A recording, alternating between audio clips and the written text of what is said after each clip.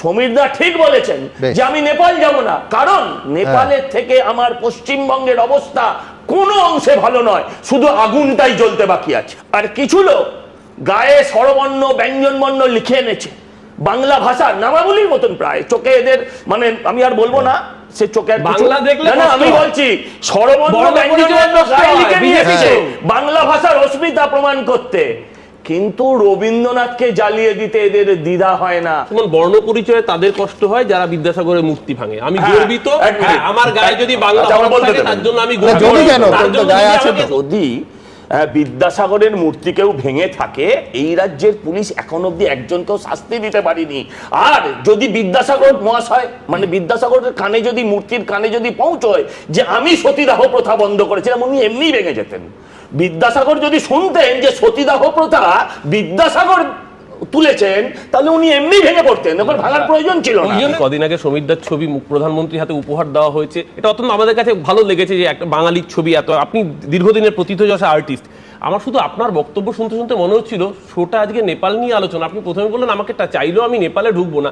আমার ছোটবেলায় ওই গল্পটা মনে পড়ছিল, একটি ছেলে কুমিরের রচনা পড়ে তাকে যেই রচনাই দেওয়া হবে কুমিরে ঢুকবে, মানে ছোটবেলা বলেছে গরুর রচনা লিখতে, গরু একটি গৃহপালিত চতুষ্পদ প্রাণী, গরু নদীর ধারে ঘাস খেতে গেছে, এমন সময় কুমির এসে গরুটাকে খেয়ে নিল। অতি অবশ্যই প্রধানমন্ত্রীকে আমার আঁকা সত্যজিৎ রায়ের ছবি দেওয়া হয়েছে, আমি দিই। আপনি ভুলেও দিদিকে ছবি দেবেন না, বুঝতেই পারবেন না।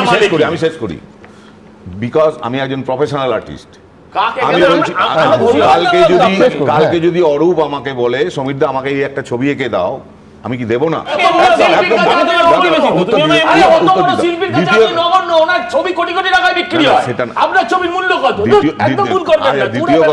রাজ্যের একজন প্রাক্তন মন্ত্রী, প্রাক্তন আইপিএস হুমায়ুন কবির, তিনি যদি সোশ্যাল মিডিয়ায় লেখেন, পোস্ট করেন, কবে যে আমাদের দেশে তানাশাহিদের একই হাল হবে, আর কবে আপনারাও কি আমার মতো স্বপ্ন দেখেন?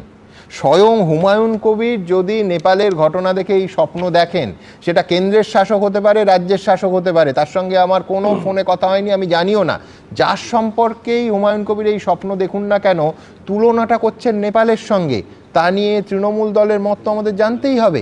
মানে আজ কলকাতার রাজপথ থেকে স্লোগানে শুধু তুলনা হলো নেপালের সঙ্গে বাংলার, তা নয়, দলের ভেতর থেকে নেপালের সঙ্গে তুলনা চলছে, হয়তো দেশের হয়তো রাজ্যের, আমরা জানি না। অরূপ কি বলে? মুখপাত্র নন হুমায়ুন কবিরকে, কেউ এই বক্তব্য বলার জন্য কেউ দায়িত্ব দেয়নি। হুমায়ুন কবির যেটা বলেছেন ওনার পার্সোনাল ক্যাপাসিটিতে কেন বলেছেন সেটার ব্যাখ্যা উনি দেবেন। আমি শুধু অন্য জিনিস শুনুন তোমার কাছেই জানতে চাই। হুমায়ুন কবিরকে তো ডেকে পাঠিয়ে শৃঙ্খলা রক্ষা কমিটি ধমকায়।